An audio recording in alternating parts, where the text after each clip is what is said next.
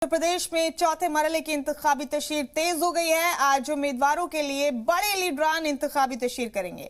वजीर दाखिला अमित शाह की बांदा, रायबरेली और लखनऊ में रैली है। वहीं सीएम योगी 3 जिलों में इंतखाबी रैली करेंगे।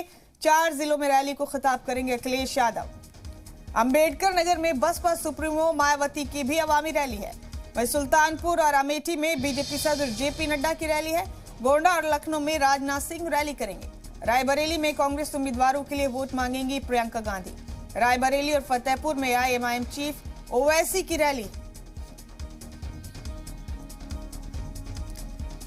तो ये बड़ा अपडेट यूपी के हवाले से आपको दे रहे हैं। आज से चौथे मरहले की इंतखाबी तशरीर के लिए ताकत झोंक दी है तमाम सियासी जमातों ने। बता दें आपको कि गुज़िश्ता रोज तीसरे मरहले के लिए इंतखाबी तशरीर थम गई शाम 6 बजे से, लिहाजा अब चौथे मरहले के लिए इंतखाबी तशरीर का आगाज हो चुका है। आज तमाम दिग्गजों की उत्तर प्रदेश में मुख्तलिफ मकामात पर रैलियां हैं। रायबरेली में कांग्रेस उम्मीदवारों के लिए प्रियंका गांधी तशरीर करेंगी।